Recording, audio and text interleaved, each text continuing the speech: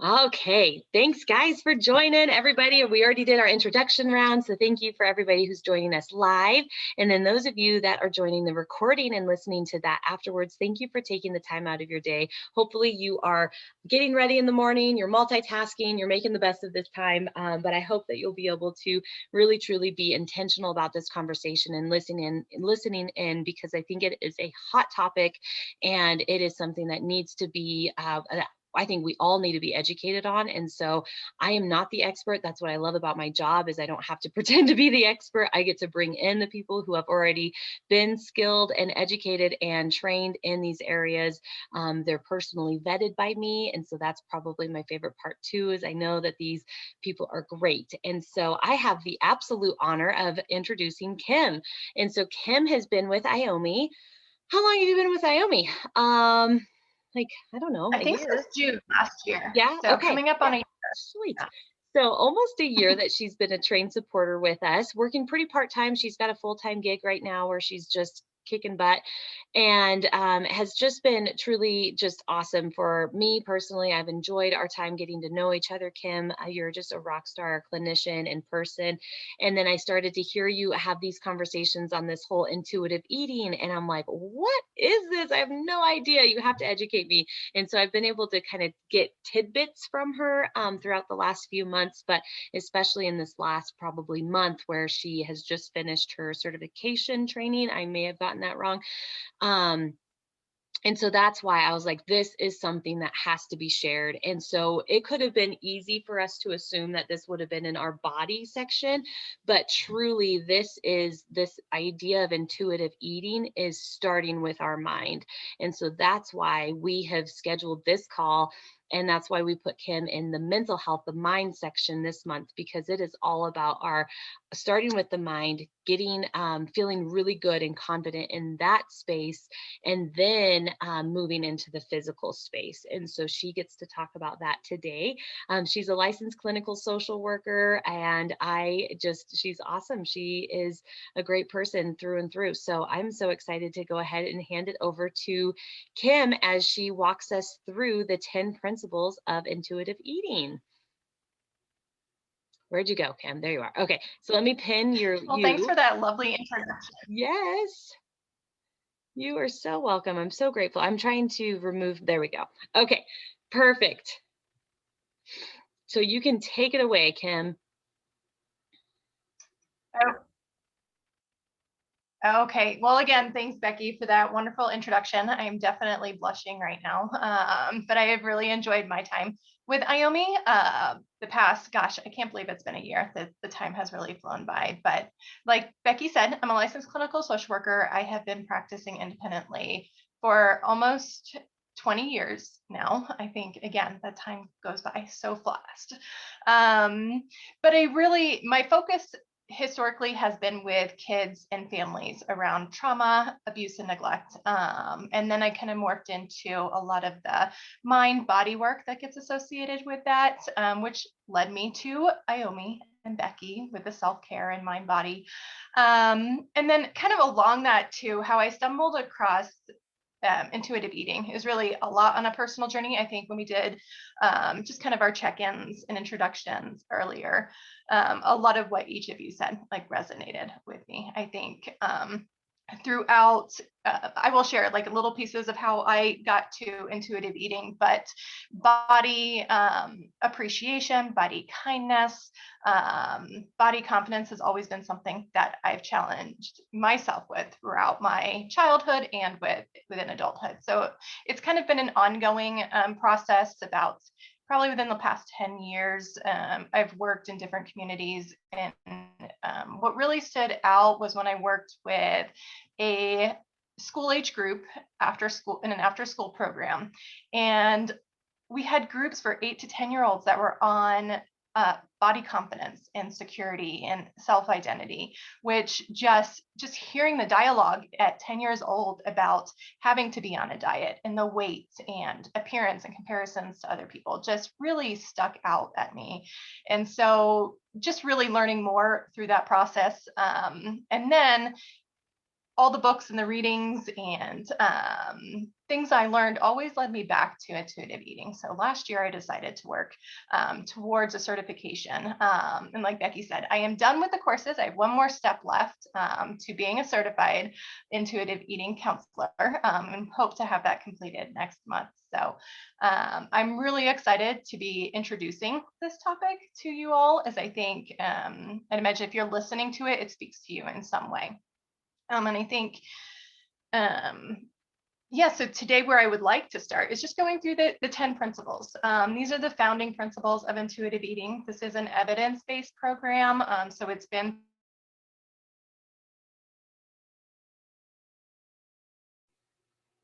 Uh-oh, Kim.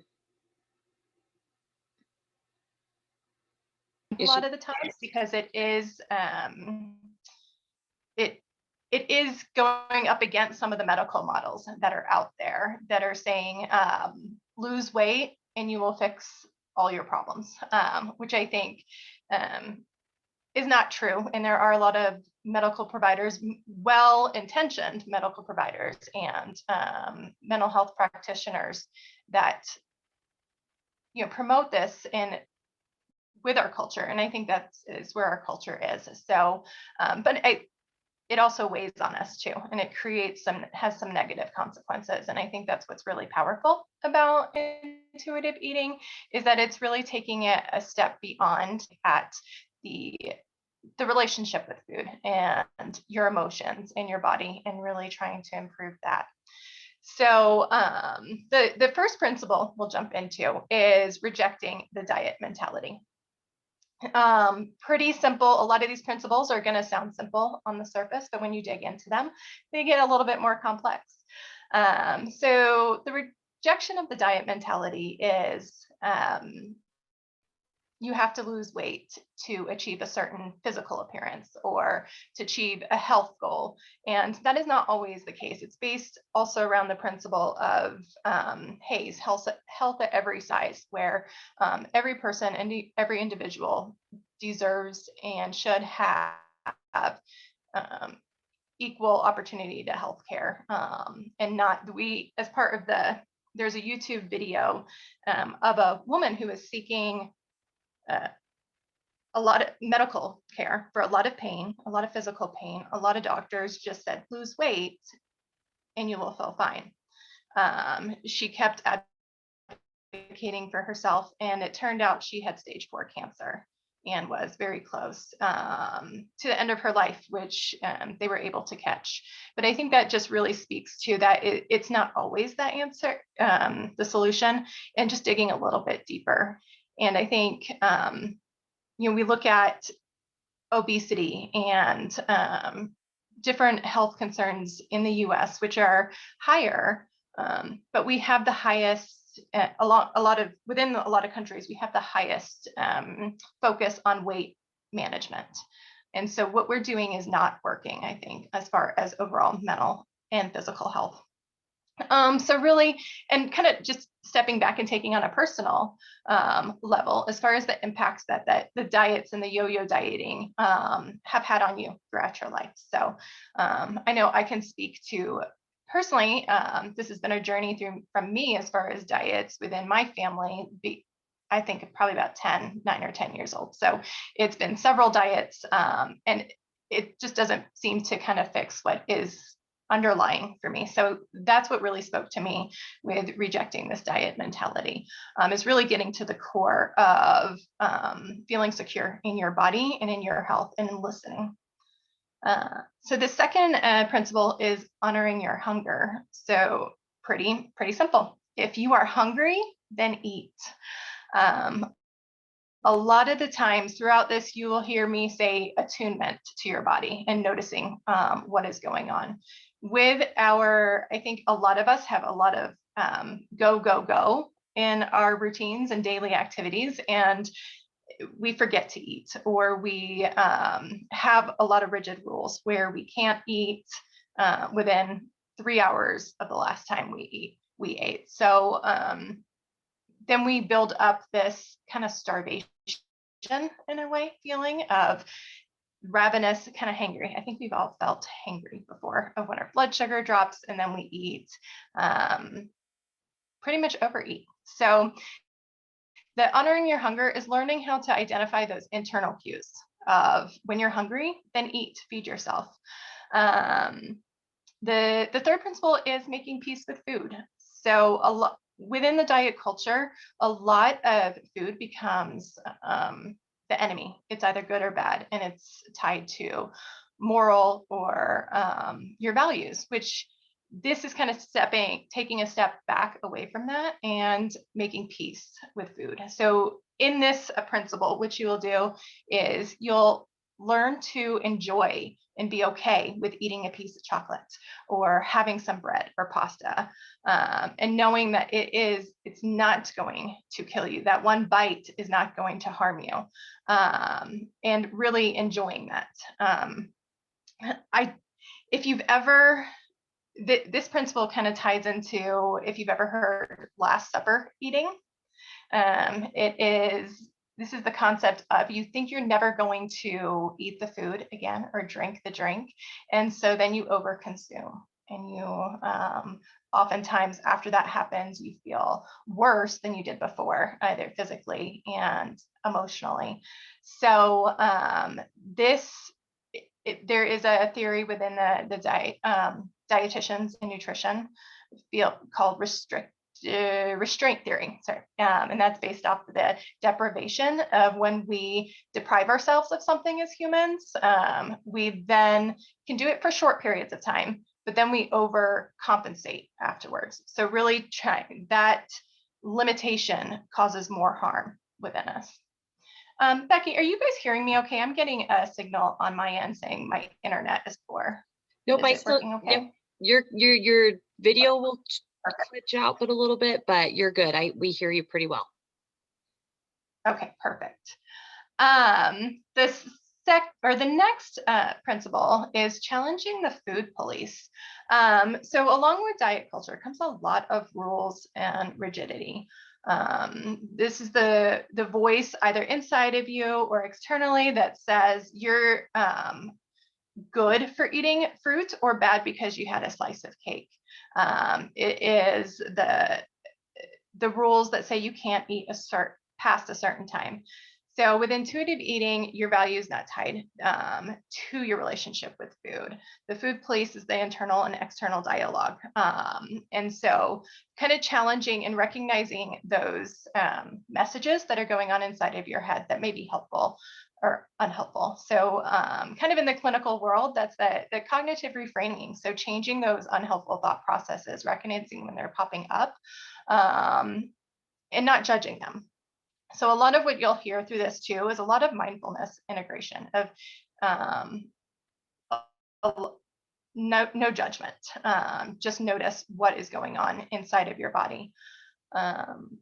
The next principle is discovering the satisfaction factor. So along with the kind of everything else I touched upon just now is we lose touch with enjoyment of food.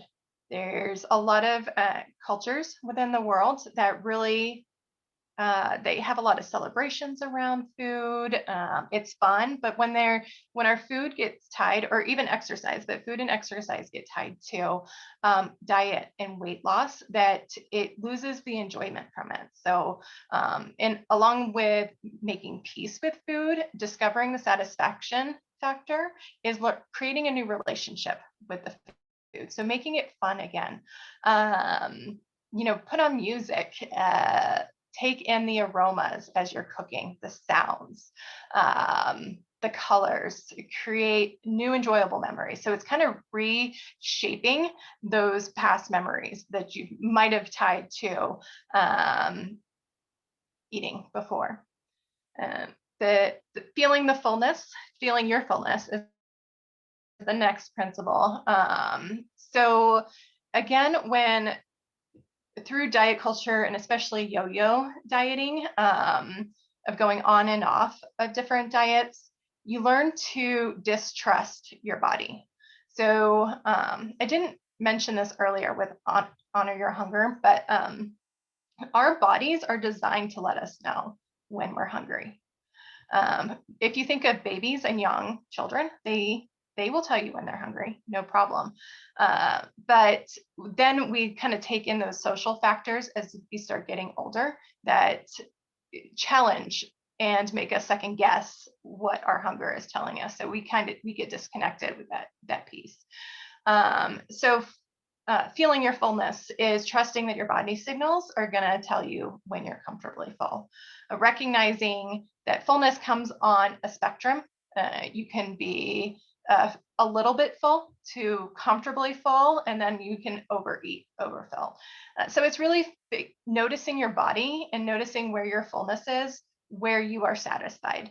And that takes like step back and practice to check in while you're eating, doing this to be able to feel your fullness as well.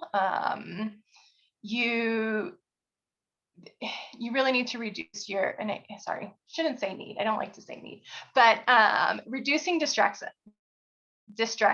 is really helpful. So if you are watching TV, or if you are listening to the radio or working while you're eating, you are disconnecting, and then kind of practicing some attunement disruptors, and which disconnect you from your body. So the likelihood of overeating, or maybe even undereating at that time of what your body needs, is going to be higher. So if you can't completely step away from the distractions, which is not always possible, especially with our busy lives, then checking in every once in a while, like, okay, where am I on the scale of, let's do 1 to 10 as far as fullness right now. Could I eat another bite and be satisfied, or can I be satisfied now? Where is my comfort level there? So really checking in to gauge your fullness. The next principle in intuitive eating is coping with your emotions with kindness. So we've all heard of emotional eating, and I'm sure we have all experienced that. So when you're stressed, overeating, anxious, overeating, I know sometimes maybe some of those experiences create undereating, where you might not eat for a few days or several hours, and then all of a sudden you're really hungry 10 hours later, and then overeat. So coping with your emotions is recognizing what emotions you are experiencing, and then allowing yourself to find different ways to heal or feel good that isn't by using food, or maybe even exercise at the time, depending on what your body needs. And a lot of what intuitive eating too is doing so without judgment. These are not rigid rules. These are guides to help check in with your body and your experiences so you can make decisions. Are there going to be times you're going to cope with emotions?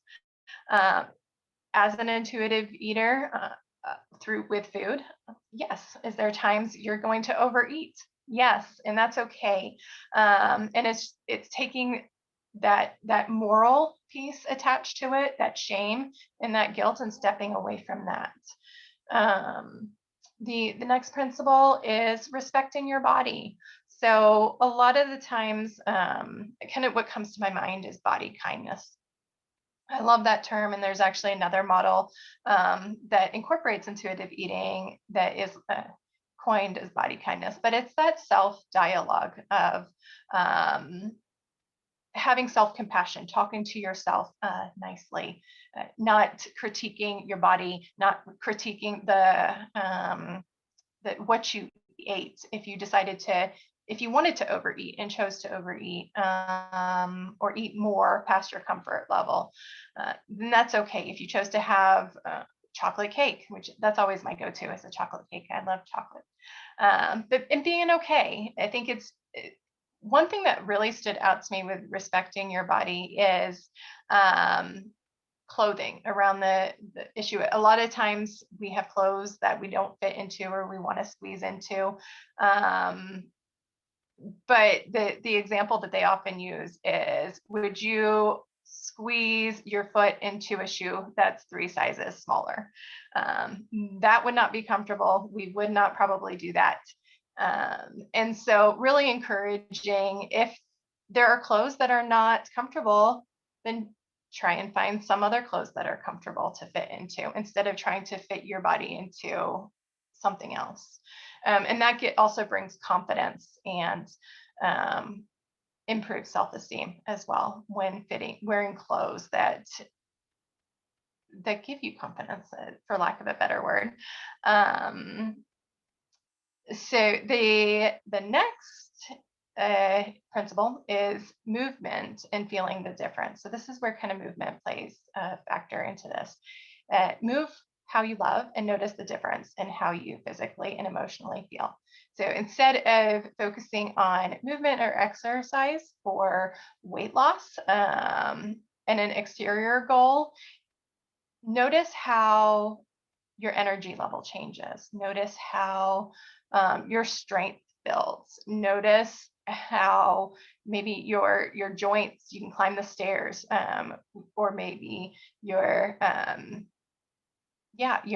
knees, you can do lunges or pick up the kids. Just noticing what additional things movement brings to your life versus the external association with weight. So that's the ninth principle. And then as you'll notice through all these principles, that the honor your health and general nutrition is the very last principle.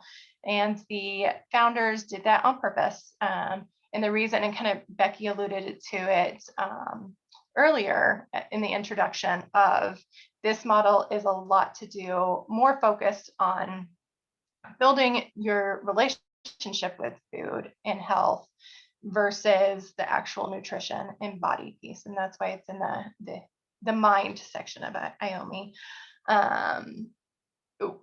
So that is where it's kind of honoring nutrition and vitamins and feeding your body to what that feels like for you. So if foods give you more energy, eating foods that give you more energy. If water helps you feel less bloated, drinking more water. So it's doing it in a gentle way that is meeting your body's needs, what it's telling you. So those are a very quick overview of the 10 principles of intuitive eating. I was going to say IOME. Becky, do you have any questions or thoughts of kind of where to take the discussion from here? Yeah, good. That's so great. Thank you so much. I love like the simplicity of it, and knowing that there's a printout, and I can just share my screen really quick. In just 1 second, I'm going to do that. And in the community where you guys have your membership access, your member login sites, then we have this document right here that Kim created, where it goes into much more detail, or a little blurb, if you will, on each of those principles. So know that that you have access to that. You can kind of see this overview, dive in a little bit deeper. And so I thought maybe if anybody in particular has any questions about one of these pillars, if you will, one of these principles, I think now would be a great time. So you could either comment it in the chat box or just jump up and ask for more clarity on one. That way we could just dive a little bit deeper. And then we're going to move into, after, if we have any specific questions regarding the 10 principles, then we'll move into a little bit of a kind of our homework, if you will, for after this training is noticing. And we're going to talk to you guys about what we want you to notice, what Kim would be instructing her clients to notice, and something that you can walk away with really being a tangible tool that you can utilize for the benefit of this topic. And then we'll talk to you more about next steps from there. So does anybody have any questions on, or want Kim to elaborate on one of these pillars in more detail? What principles?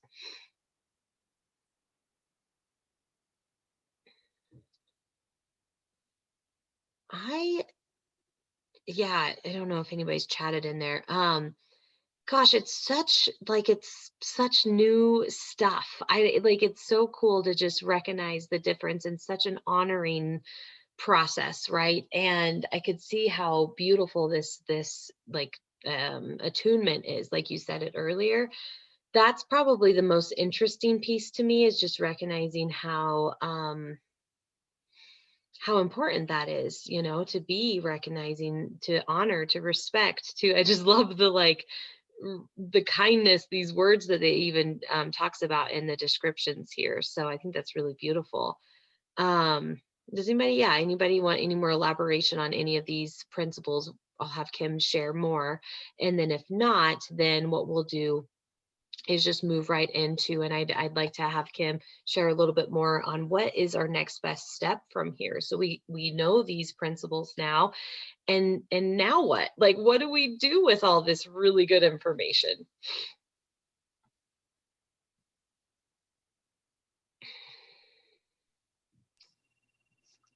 Are you good, or did it freeze?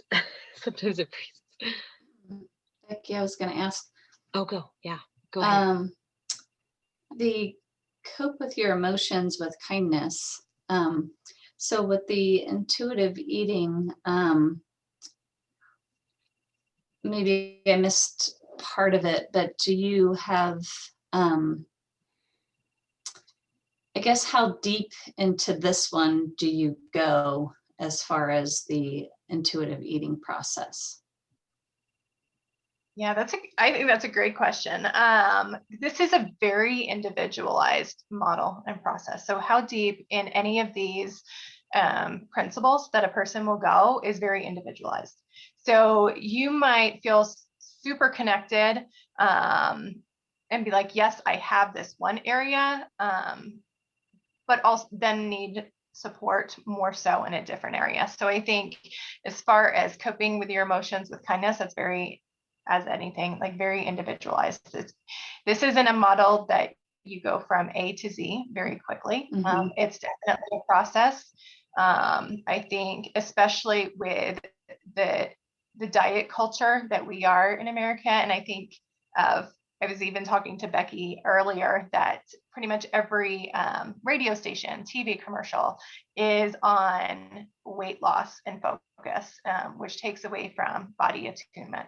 So I think I see this as a journey, this process, and it's probably, I would venture to guess, probably a long journey in different sections for different people. Mm-hmm.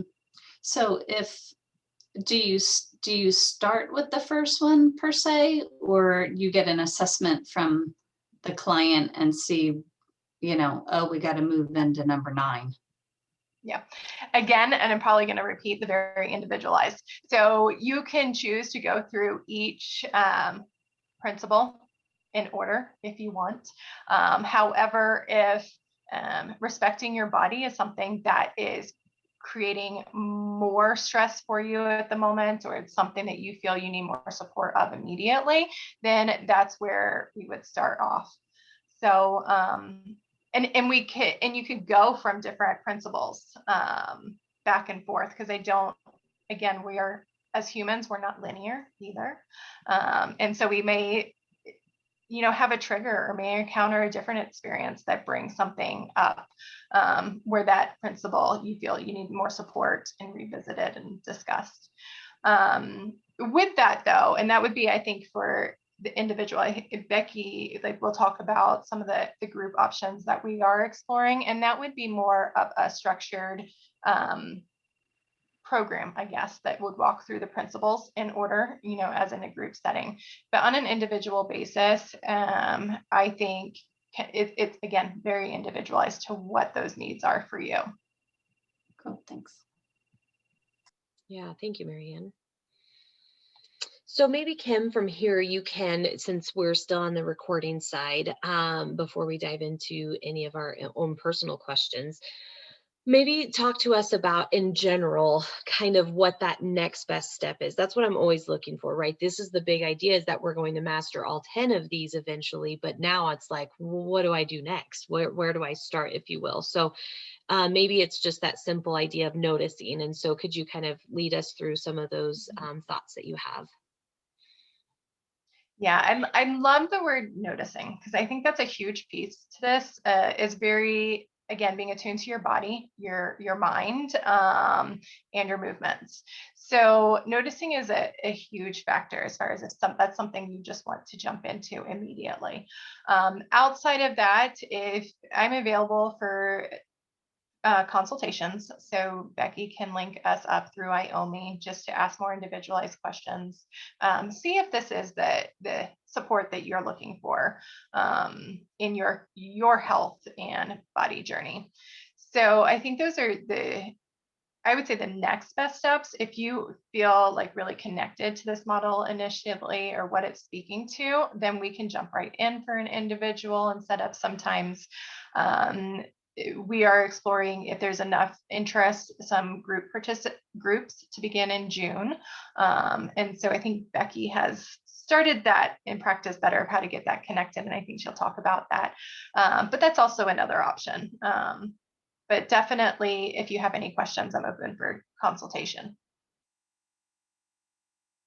Yeah, perfect. I love that. And I think that's what's always so nice is there's like, okay, what can I do on my own? I'm going to start to notice. I'm just going to start to take in the information, notice how I feel, right? And correct me if I'm wrong, like interrupt me at any time, Kim, because I'm still just learning this. So noticing those hunger cues, noticing when or if I'm eating out of an emotion or recognizing how I felt about it and the before and after. I think that that's what I'm hearing is probably the next best thing that we can do on our own, if you will, for now. And I loved our initial question, and that was prompted by Kim, of course, was that idea of like, how much is this topic weighing on us day to day, and at what level is it healthy, at what level is it not? And so I think for example, my next best step is probably recognizing how many or how often it's a healthy conversation and thought process that I have, because I do love to work out as well. I notice that I feel better from it, but then at the same point, am I forcing it because it's the shoulds? So I know for me, that's probably what I need to really start focusing on and noticing, and just taking note and recognizing. So I love that. I think that's a beautiful thing that we can all at least initiate the process, is to just become more aware and more attuned, right? Just like Kim said earlier. So I think that's a beautiful next step. And then we did want to talk to you guys about if it's like stirring something inside of you, know that Kim's here. She's going to be the expert and be able to really help support you guys, IOME members, through this process. And what a beautiful blend of our mental health counselor and like the intuitive eating certified coach, right? Like those two things together, I think that's really cool and powerful, because there's such a connection, as we already talked about, the mental health behind that physical health piece. And so I think that's going to be really neat. I commented in here just the free consultation link. So if somebody's kind of on the fence or really wanting to ask more private questions, book that with Kim. She can talk to you more about what it looks like, what it means. Talking specifically about what you or where you're coming from, and identify if this is a good next best step to be able to book one-on-one sessions with Kim, or to be able to explore the group idea. So then moving from there, you guys all have access to any of us trained supporters, but especially Kim because of this topic and her expertise in the area. And so as IOME members, it's only $90 a session as usual. And so that's a really incredible price. We were doing some research on what intuitive eating certified counselors are, and it's a lot more than that. And so so I think it's just kind of a neat next. You guys know my heart that I want to create a space that it's affordable, that we want to honor and offer these exclusive deals, because we want you guys to be able to get your self-care needs met. And if this is a piece of that, we want to be able to offer it in a really beautiful and affordable way. So you guys have access to Kim now. And so now you know a little bit more about her and what she can do. And then the next thing that I think could be really powerful, if we have the interest, we're going to launch a group around this. And so I, for one, love groups, small groups. I think that they are so powerful. I think that they are beautiful, and I think they're needed, especially this day and age when we've been so disconnected. because of everything. And so we're going to be launching a group. Kim is going to be the group leader of it, and she's going to start it in June. And so it's going to be a 10-week group. And so very much diving into each one of these principles and making sure as a group, you guys can really dive into what that principle means to you, and the tools and everything that you can use to really, the workbooks. It sounds like there's some really good stuff that's involved in that to move you to the next session, if you will, the next principle. And so that's going to start in June, the first week of June. It's going to be offered virtually and or in person. And we can talk to you guys more about the details on that. We're going to, again, make this very affordable and simple for you guys to access as IOME members. It's that kind of that exclusive, like Kim's getting her feet wet in this. She just got her certification is just about wrapped up. So we're excited to get her started in it. And we want to honor this really good introductory price for you guys, because I love y'all. And it's fun to be able to offer these deeper discounts to you guys. So we'll be posting again the link and in the comments here, and then also in the community for those of you that are watching the recording. And so you guys are able to have access to Kim either individually or in a group setting, which again, the power of groups can be really beautiful as well. Am I missing anything there, Kim or Ashley? No, I don't think so. I think you covered it. Okay. Perfect. So I will comment in here, but yeah, I'm going to go ahead and stop the recording. And so those of you that are watching the recording, if you have any questions, reach out to me or Kim. You have our contact information. We're happy to point you in the right direction. Okay, thanks for watching the recording, you guys. Hang on, everybody. Let me stop it right here. Okay, bye.